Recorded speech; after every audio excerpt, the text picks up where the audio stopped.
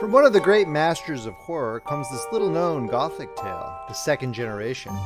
It is a classic story of unrequited love and the overzealous man who concocts a romantic fantasy entirely in his mind. What's interesting about the narrative is that you will only see things from his perspective. Any of my fellow kings who have been left unread by his crush will appreciate this tale. I hope that you enjoy The Second Generation by Algernon Blackwood. If you're enjoying this reading from Friendly Frog Press, please make sure to subscribe and hit that like button. The Second Generation by Algernon Blackwood, narrated by Beauheart. Sometimes in a moment of sharp experience comes that vivid flash of insight that makes a platitude suddenly seem a revelation. Its full content is abruptly realized.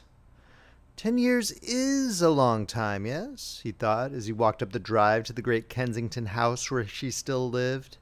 10 years, long enough at any rate, for her to have married and for her husband to have died.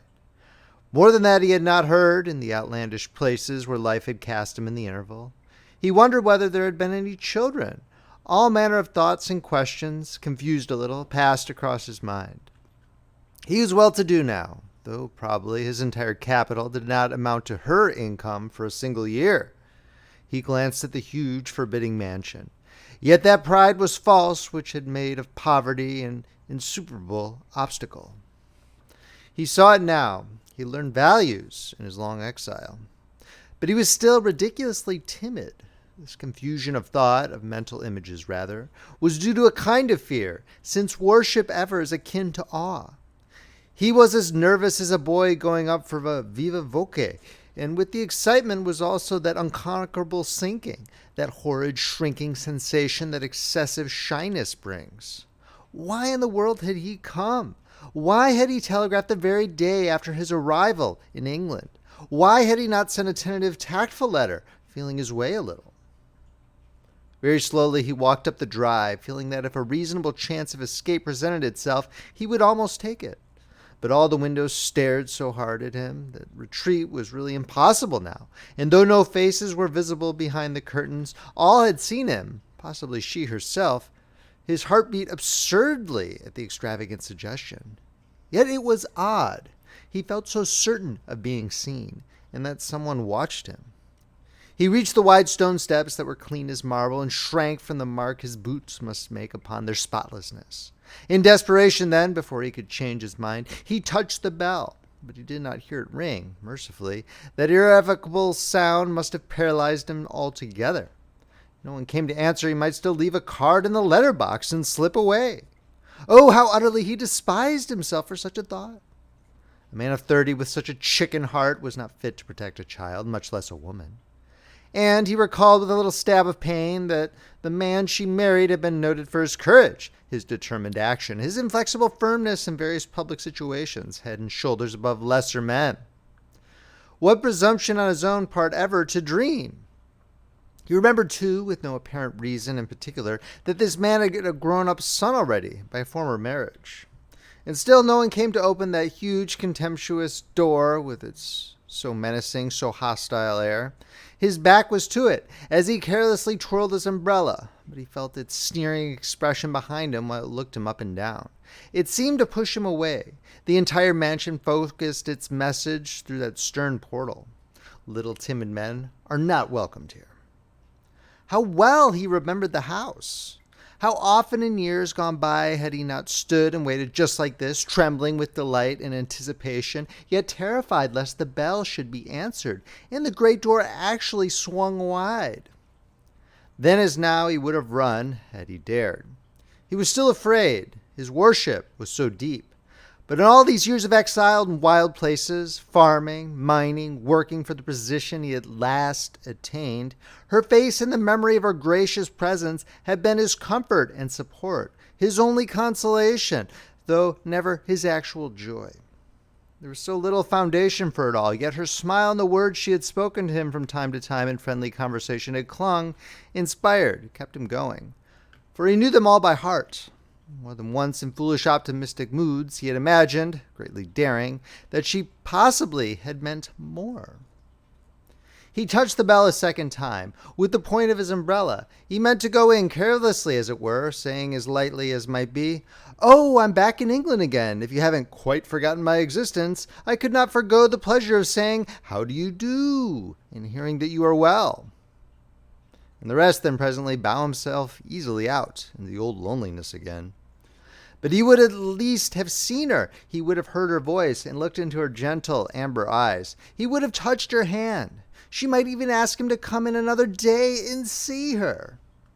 He had rehearsed it all 100 times, as certain feeble temperaments do rehearse such scenes, and he came rather well out of that rehearsal, though always with an aching heart, the old great yearnings unfulfilled. All the way across the Atlantic he had thought about it, though with lessening confidence as the time drew near. The very night of his arrival in London, he wrote, then, tearing up the letter, after sleeping over it, he had telegraphed next morning, asking if she would be in. He signed his surname, such a very common name, alas, but surely she would know, and her reply, "Please call 4:30," struck him as rather oddly worded. Yet here he was. There was a rattle of the big doorknob, that aggressive, hostile knob that thrust out at him instantly like a fist of bronze. He started, angry with himself for doing so, but the door did not open. He became suddenly conscious of the wilds he had lived in for so long. His clothes were hardly fashionable. His voice probably had a twang in it, and he used tricks of speech that must betray the rough life so recently left. What would she think of him now? He looked much older, too, and how brusque it was to have telegraphed like that. He felt awkward, gauche, tongue-tied, hot and cold by turns. The sentences, so carefully rehearsed, fled beyond recovery. Good heavens, the door was open. It had been open for some minutes. It moved noiselessly on big hinges. He acted automatically. He heard himself asking if her ladyship was at home, though his voice was nearly inaudible. The next moment he was standing in the great dim hall, so poignantly familiar, and the remembered perfume almost made him sway. He did not hear the door close, but he knew. He was caught. The butler betrayed an instant's surprise, or was it overwrought imagination again, when he gave his name.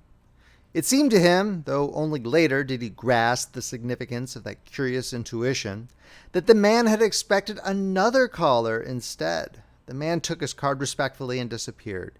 These flunkies were so marvelously trained. He was too long accustomed to straight question and straight answer, but here, in the old country, privacy was jealously guarded with such careful ritual. And almost immediately the butler returned, still expressionless, and showed him into the large drawing room on the ground floor that he knew so well. Tea was on the table, tea for one. He felt puzzled. "If you will have tea first, sir, her ladyship will see you afterwards," was what he heard. And though his breath came thickly, he asked the question that forced itself out. Before he knew what he was saying, he asked it, "Is she ill?" "Oh, no, her ladyship is quite well, thank you, sir." "You will have tea first, sir. Her ladyship will see you afterwards." The horrid formula was repeated word for word. He sank into an armchair and mechanically poured out his own tea. When he felt he did not exactly know, it seemed so unusual, so utterly unexpected, so unnecessary, too. Was it a special attention, or was it merely casual? That it could mean anything else did not occur to him. How was she busy, occupied, not here to give him tea? He could not understand it. It seemed such a farce having tea alone like this. It was like waiting for an audience. It was like a doctor's or a dentist's room. He felt bewildered, ill at ease, cheap. But after 10 years in primitive lands, perhaps London's usages had changed in some extraordinary manner. He recalled his first amazement at the motor omnibuses, taxicabs, and electric tubes. All were new. London was otherwise than when he left it. Piccadilly and the Marble Arch themselves had altered. And with his reflection, a shade more confidence stole in. She knew that he was there, and presently she would come in and speak with him, explaining everything by the mere fact of her delicious presence. He was ready for the ordeal. He would see her and drop out again. It was worth all manner of pain, even of mortification. He was in her house, drinking her tea, sitting in a chair she used her help, perhaps. Only he would never dare to say a word or make a sign that might betray his changeless secret. He still felt the boyish worshipper worshipping in dumbness from a distance, one of a group of many others like himself. Their dreams had faded. His had continued. That was the difference. Memories tore and raced and poured upon him. How sweet and gentle she had always been to him. He used to wonder sometimes. Once, he remembered, he had rehearsed a declaration, but while rehearsing, the big man had come in and captured her. Though he had only read the definite news long after by chance in an Arizona paper. He gulped his tea down. His heart alternately leaped and stood still. A sort of numbness held him most of that dreadful interval, and no clear thought came at all. Every 10 seconds his head turned towards the door that rattled, seemed to move, yet never opened. But any moment now it must open, and he would be in her very presence, breathing the same air with her. He would see her, charge himself with her beauty once more to the brim, and then go out again into the wilderness of life, without her. Not for a mere 10 years, but for always. She was so utterly beyond his reach, he felt like a backwoodsman. He was a backwoodsman. For one thing only was he duly prepared, though he thought about it little enough. She would, of course, have changed. The photograph he owned, cut from an illustrated paper, was not true now. It might even be a little shock, perhaps. He must remember that. 10 years cannot pass over a woman without... Before he knew it, the door was open, and she was advancing quietly towards him across the thick carpet that deadened sound. With both hands outstretched she came, and with the sweetest welcoming smile upon her parted lips he had seen in any human face.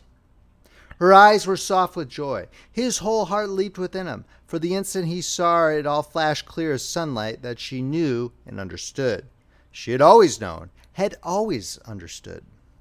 Speech came easily to him in a flood, had he needed it, but he did not need it. It was all so adorably easy, simple, natural, and true. He just took her hands, those welcoming outstretched hands, in both of his own, and led her to the nearest sofa. He was not even surprised at himself. Inevitably, out of depths of truth, this meeting came about, and he uttered a little foolish commonplace because he feared the huge revulsion that his sudden glory brought and loved to taste it slowly. "So you live here still?" "Here and here," she answered softly, touching his heart and then her own. "I'm attached to this house, too, because you used to come and see me here, and because it was here I waited so long for you and still wait. I shall never leave it, unless you change. You see, we live together here." He said nothing. He leaned forward to take and hold her. The abrupt knowledge of it all somehow did not seem abrupt. It was as though he had known it always, and the complete discourse did not seem disclosure either. Rather, as though she told him something he had inexplicably left unrealized, yet not forgotten. He felt absolutely master of himself, yet in a curious sense outside of himself at the same time. His arms were already open, when she gently held her hands up to prevent. He heard a faint sound outside the door. "But you are free!" he cried, his great passion breaking out and flooding him, yet most oddly well controlled. "And I—" She interrupted him in the softest, quietest whisper he had ever heard. "You are not free, as I am free. Not yet." The sound outside came suddenly closer. It was a step. There was a faint click on the handle of the door. In a flash, then, came the dreadful shock that overwhelmed him, the abrupt realization of the truth that was somehow horrible, that time, all these years, had left no mark upon her, and that she had not changed. Her face was as young as when he saw her last. With it there came cold and darkness into the great room. He shivered with cold, but an alien, unaccountable cold.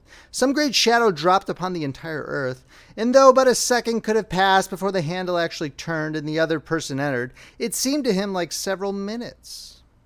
He heard her saying this amazing thing that was question, answer, and forgiveness all in one. This, at least, he divined before the ghastly interruption came. "But George, if you had only spoken!" With ice in his blood, he heard the butler saying that her ladyship would be pleased to see him if he had finished his tea, and would be so good as to bring the papers and document upstairs with him. He had just sufficient control of certain muscles to stand upright and murmur that he would come. He rose from a sofa that held no one but himself. All at once he staggered. He really did not know exactly what happened, or how he managed to stammer out the medley of excuses and semi-explanations that battered their way through his brain and issued somehow indefinite words from his lips. Somehow or other, he accomplished it. The sudden attack, the faintness, the collapse. He vaguely remembered afterwards, with amazement too, the suavity of the butler as he suggested telephoning for a doctor, and then he just managed to forbid it, refusing the offered glass of brandy as well. Remembered contriving to stumble into the taxicab and give his hotel address with a final explanation that he would call another day and bring the papers. It was quite clear that his telegram had been attributed to someone else. Someone with papers, perhaps a solicitor or architect. His name was such an ordinary one. There were so many Smiths. It was also clear that she, whom he had come to see and had seen, no longer lived here in the flesh. And just as he left the hall, he had the vision, mere fleeting glimpse it was, of a tall, slim, girlish figure on the stairs asking if anything was wrong, and realized vaguely, through his atrocious pain, that she was, of course, the wife of the son who had inherited. End of story. If you enjoyed this reading, please make sure to subscribe, hit that like button, and check out friendlyfrogpress.com, where you can see where our collection of ebooks, paperbacks, and audiobooks are available. Friendly Frog Press, where the classics come alive. This is Paul Beauheart, signing off.